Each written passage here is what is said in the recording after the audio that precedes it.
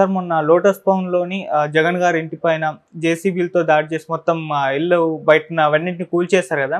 ఇప్పుడు దాని విషయంలో ఒక అధికారిని సస్పెండ్ చేయడం జరిగింది సార్. అంటే ఆయన సీఎం పర్మిషన్ లేకుండా, సీఎం తెలియకుండానే అది మొత్తం ఆయన నిర్ణయం తీసుకున్నారని చెప్పేసి అంటున్నారు. అసలు ఆయన ఎందుకు ఆ విధంగా జగన్ గారి ఇళ్ళ పైన దాడి చేయడం జరిగింది? ఎందుకు ఆయన పైన సస్పెన్షన్ ఏసేస్తారు సార్? ఇదొక విచిత్రంగా ఉంది అందరికి కూడా. ఎవరు కూడా నమ్మట్లేదు నిజానికి ఫస్ట్ ఆఫ్ ఆల్. అయితే ఫస్ట్ ఏం జరిగిందో చూద్దాం. ఖైరతాబాద్ కమిషనర్, ఆయన పేరు హేమంత్ బోర్కడే, ఆయన్ను సస్పెండ్ చేసింది గవర్నమెంట్. ముఖ్యంగా ఇప్పుడు జిహెచ్ఎంసి ఇన్ఛార్జ్ కమిషనర్గా ఆమ్రపాలి ఉంది. ఆ ఆమ్రపాలి సస్పెండ్ చేశారు. ఎందుకు సస్పెండ్ చేశారు అంటే ఈయన ప్రాపర్ ప్రొసీజర్ని ఫాలో కాకుండా కొట్టాడని. ఆయన్ని అవి కొట్టమని గవర్నమెంట్లో ఎవరూ చెప్పలేదు.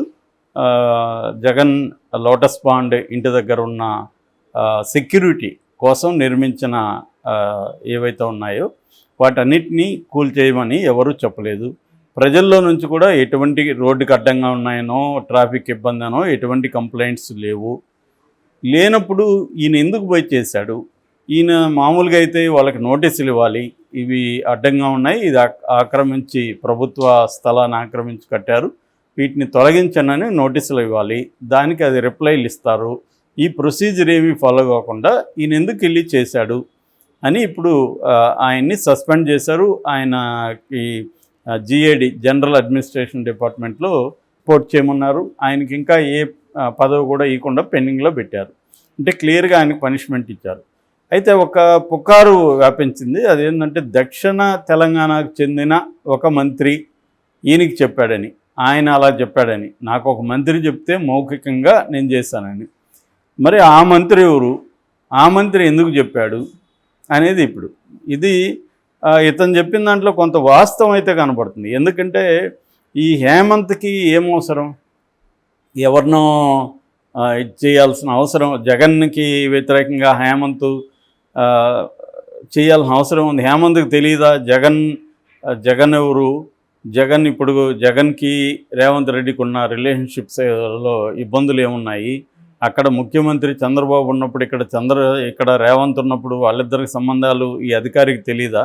ఈ అధికారికి మనం చేసే పని యొక్క రిజల్ట్ ఏందో తెలీదా? సో తెలియకుండానే ఎందుకు చేశాడు అంటే ఇక్కడ ఏదో ఫిష్ అంటారు ఇంగ్లీష్లో, అట్లాంటి ఒక సందేహాస్పదంగా ఉంది వ్యవహారం. అంటే ఇది రేవంత్ రెడ్డి మినిస్టర్ ద్వారా చేయించి దాని తర్వాత నెగటివ్ ఇదయ్యేసరికి ఇతన్ని బలి చేశారు అన్న ఒక అభిప్రాయం అయితే జనంలో ఉంది. ఎందుకంటే ఈ అధికారి ఇతను ఖైరతాబాద్ కమిషనర్గా ఉన్న హేమంత్ బోర్కడేకి జగన్ని కూలగొట్టడం అనేది అవసరం లేదు, అతనికి సంబంధం లేదు. అతను ఎందుకు చేశాడు అంటే ఒక మంత్రి చెప్పాడు. ఆ మంత్రి ఎందుకు చెప్తాడు? ఆ మంత్రికి తెలీదా జగన్ ఇలా చేస్తే రేపొద్దున రేవంత్ రెడ్డికి ఈ ఇబ్బంది ఉంటుందని ఆ మంత్రికి తెలీదా? మరి ఆ మంత్రి మీద ఎందుకు వీళ్ళు చర్య తీసుకోలేదు? ఒకవేళ ఆ మంత్రి కూడా తప్పు చేస్తేనే కదా, ఆ మంత్రి కూడా చేసినట్టే కదా. మరి దీని మీద ఎంక్వైరీ ఏమీ లేదా? నిజంగా ఆ మంత్రి చెప్పాడా లేదా తేల్చాలి. రెండోది ఆ మంత్రి ఎవరో కూడా ప్రజలకు తెలియాలి కదా. ఆ మంత్రి ఎవరు, ఆ మంత్రి ఎందుకు చెప్పాడు? సో ఇవన్నీ రావాలి కదా బయటికి. అంటే క్లియర్గా ఇక్కడ ఏదో జరిగింది. ఎక్కువ మంది నమ్మేది ఏంటంటే ఇది రేవంత్ రెడ్డే కావాలని చేయించి ఇప్పుడు వ్యతిరేకత వచ్చింది, కాంగ్రెస్ పార్టీలో కూడా నీకెందుకయ్యా ఇవన్నీ అన్నట్టుగా ఇబ్బందులు వచ్చాయి, దాంతో అది క్లీన్ చేసుకోవడం కోసం ఇతన్ని బలి చేస్తున్నారు అనేది ఇప్పుడు వినిపిస్తున్న వాదన. అదే కన్విన్సింగ్గా కూడా ఉంది. ఎందుకంటే ఇప్పుడు ఈ వాదన కన్విన్సింగ్గా లేదు. ఏది హేమంత్ బోర్కడే ఆయన సొంతంగా నిర్ణయం తీసుకొని దాన్ని పగలగొట్టేశాడు, ప్రొసీజర్ ఫాలో కాలేదు, ఇది కన్విన్సింగ్గా లేదు. ఎందుకు కన్విన్సింగ్గా లేదంటే దాంట్లో మిగతా మన డౌట్స్ వాళ్ళు క్లియర్ చేయాల్సిన అవసరం ఉంది. అతనికి ఏం సంబంధం, అతను ఎందుకు చేశాడు, అతను ఒక మంత్రి చెప్పాడు అంటున్నారు, అది నిజమా కదా? ఆ మంత్రి ఎవరు, ఆ మంత్రి ఎందుకు చెప్పాడు, మరి మంత్రి చెప్పుంటే అతని మీద ఎందుకు చర్య తీసుకోలేదు? ఇవన్నీ గ్యాప్స్ ఉన్నాయి ఈ స్టోరీలో. సో మరి పేరుకి మాత్రం వస్తున్నది ఏంటంటే ఆమ్రపాలి ఆగ్రహం, అతను కమిషన్ని బదిలీ చేశారు, ఒక్క ఫోన్ కాల్ రేవంత్ రెడ్డి ఒక ఫోన్ కాల్ చేయగానే మొత్తం సెట్ అయిపోయింది, ఇవన్నీ మాట్లాడుతున్నారు. సో ఇది కన్ఫ్యూజింగ్గా ఉంది స్టోరీ. ఎందుకంటే మొత్తం మీడియా అంతా కూడా దీన్ని ఎలా ఫోకస్ చేసిందంటే జగన్కు షాక్ ఇచ్చాడు చంద్రబాబు, కూలగొట్టింది, ఇతను గిఫ్ట్ ఇచ్చాడు రేవంత్ రెడ్డి చంద్రబాబుకి ఇక్కడ కొట్టింది. నిజానికి దానివల్ల ఏం పెద్ద వరకదు. జగన్ అక్కడ లేడు అసలు. జగన్ తాడేపల్లిలో ఇల్లు కట్టుకొని అటు వెళ్ళిపోయాడు. ఇక్కడ ఉన్నది ఎవరు? వాళ్ళ కాంగ్రెస్ నాయకురాలే కదా, షర్మిల ఉంది. షర్మిల వాళ్ళ అమ్మ ఉన్నారు ఇక్కడ. ఎప్పటి నుంచో షర్మిల ఉంది. వైఎస్ఆర్టీపీ ఆఫీస్ కూడా అదే. సో మరి పిసిసి ఆంధ్రప్రదేశ్ అధ్యక్షురాలు నివాసం ఉంటున్న భవనాన్ని వీళ్ళు ఎందుకు చేశారు? షర్మిల ఎందుకు సైలెంట్గా ఉంది? షర్మిల ప్రతిదానికి ప్రెస్ మీట్లు పెట్టేసి లేకపోతే ట్వీట్లు చేసి లేఖలు రాస్తున్న షర్మిల ఇది జరిగితే ఎందుకు సైలెంట్గా ఉంది? మొత్తంగా కూడా ఇది ఏదో ఒక వ్యవహారం ఏదో నడుస్తుంది. క్లియర్గా జగన్ మీద రివెంజ్ అనేది మల్టిపుల్గా స్టార్ట్ అయింది అక్కడ. అందులో భాగంగానే ఇది చేశారు. ఇక ప్రతి ముఖ్యమంత్రి ఉన్న ప్లేసుల్ని రోడ్లని ఆపేసిన సందర్భాలు బోల్డ్ ఉన్నాయి. గతంలో చంద్రబాబు ఉన్నప్పుడు ఆ రోడ్డు అంతా క్లోజ్ అయిపోయేది. ఇక్కడ కేసీఆర్ ఉన్నప్పుడు మనకు తెలుసు ప్రగతి భవన్ ముందంతా క్లోజ్ చేసేసారు. సో ఇవి అలాగా జగన్ది కూడా అక్కడ సెక్యూరిటీ కోసం ఆటోమేటిక్గా జగన్ చెప్పాల్సిన పని లేదు. ఆ సెక్యూరిటీ ప్రోటోకాల్ వాళ్ళే ఇవన్నీ ఏర్పాటు చేసేస్తారు. కాబట్టి ఇప్పుడు అక్కడ ప్లేస్ లేనప్పుడు ప్రభుత్వ ప్లేస్ అయినా కూడా చేస్తారు. ముఖ్యమంత్రికి సెక్యూరిటీ కావాలి కాబట్టి ప్రధానమంత్రికి చేయరా, ఎవరికైనా చేస్తారు. అది ముఖ్యమంత్రిగా లేడు కాబట్టి ఇప్పుడు నోటీసులు ఇవ్వచ్చు వీళ్ళు. ముఖ్యమంత్రిగా లేదు, నీకు ఈ కైండ్ ఆఫ్ సెక్యూరిటీ అవసరం లేదు, అది తీసేయండి, రోడ్డుకి అడ్డంగా ఉందని ఇవ్వచ్చు. నో ప్రాబ్లం దాంట్లో. కానీ అవేమి చేయకుండా చేయడంలో అంటే సింబాలిక్ జెస్చర్స్ ఇవన్నీ. దీనివల్ల జగన్కి ఏమవుతుంది అని కాదు. అంటే మేము జగన్ని ఏ రకంగా ఇబ్బంది పెట్టాలో అన్ని రకాలుగా పెడతాము అనేది దానికోసం ఒక టీం వర్క్ చేస్తుంది ఆంధ్రప్రదేశ్లో.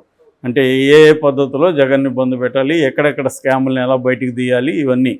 ఇదే మొన్నటి వరకు జగన్ని ఏమేమి విమర్శించారు వీళ్ళు. మా మీద ప్రతీకారం తీర్చుకుంటున్నాడు, మా వాళ్ళ లేని కుంభకోణాలు ఇరికిస్తున్నారు, ఈ కేసులు పెడుతున్నాడు, చంద్రబాబుని జైల్లో పెట్టాడు, ఇవన్నీ వాళ్ళు మాట్లాడుతున్నారు. ఇప్పుడు సేమ్ వీళ్ళు ఇంకా డబుల్ 100 ఫోల్స్లో చేస్తున్నారు, సేమ్ చేస్తుంది.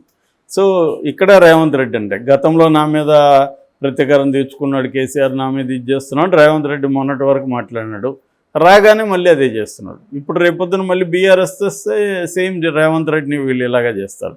అక్కడ జగన్ వస్తే అదే సేమ్ చేస్తారు. సో ఏ పార్టీ అయినా వాళ్ళు కంప్లీట్గా ప్రజలకు హామీలు ఏమి ఇచ్చామో దాని మీద ఫోకస్ చేద్దామనేది లేదు.